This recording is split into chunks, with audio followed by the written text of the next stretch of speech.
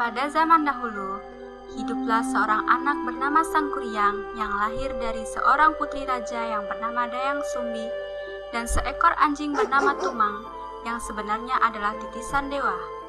Mereka tinggal di hutan dan bertahan hidup dengan cara berburu.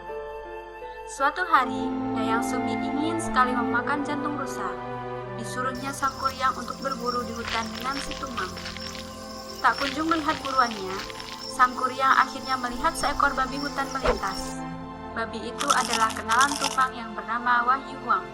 Sangkuriang pun langsung membidiknya. Namun Wahyu Huang berlari dan bersembunyi dengan gesit. Sangkuriang lantas menyuruh Tumang untuk mengejarnya. Namun karena si Tumang tahu kalau itu adalah Wahyu Huang, dia pun menolaknya. Sangkuriang pun marah dan menakut-nakuti Tumang dengan anak panahnya. Namun tak sengaja anak panah itu menghujam tubuh Tumang. Jap! Tumang pun tewas. Sangkuriang yang ketakutan lantas menyembelih dan mengambil jantung Tumang. Jantung itu lantas diserahkan kepada Dayang Sumbi dan mengatakan bahwa itu adalah jantung rusa buruannya. Setelah mereka makan, Dayang Sumbi pun curiga kepada Sangkuriang di mana si Tumang. Dayang Sumbi pun akhirnya tahu kalau itu adalah jantung si Tumang. Dayang Sumbi pun marah, memukul Sangkuriang dengan sendok sayur dan mengusir Sangkuriang dengan bekas luka di kepalanya. Sangkuriang pun pergi meninggalkan rumah. Tidak lama setelah itu, Dayang Sumbi menyesal mengusir Sangkuriang. Dia pun berdoa kepada dewa agar suatu saat nanti mereka bisa dipertemukan kembali. Beberapa tahun kemudian, saat Sangkuriang sudah tumbuh menjadi seorang yang gagah dan tampan, dia pun bertemu dengan Dayang Sumbi.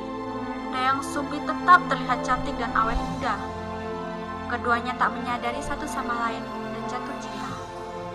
Saat Sangkuriang duduk di pangkuan Dayang Sumbi melihat bekas luka yang tak asing. Sadar itu adalah Sangkuriang, Dayang Sumbi pun panik, berusaha menghindari terjadinya pernikahan di antara mereka.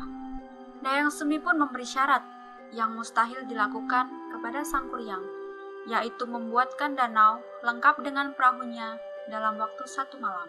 Sangkuriang menyetujuinya. Malam itu juga dibuatkanlah sebuah danau lengkap dengan perahu dengan bantuan makhluk halus Buriang. Melihat situasi ini, Dayang Sumbi pun gelisah mencari cara agar usaha Sangkuriang gagal.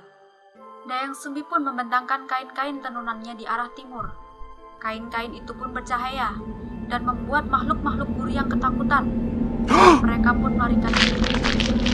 Merasa dicurangi, Sangkuriang pun marah. Dia lantas menendang perahunya. Seketika perahu itu berubah menjadi gunung tangkuban perahu. Sangkuriang lantas mengejar Dayang Sumbi, namun usahanya tak berhasil. Sangkuriang tersesat ke alam gaib dan abadi di dalam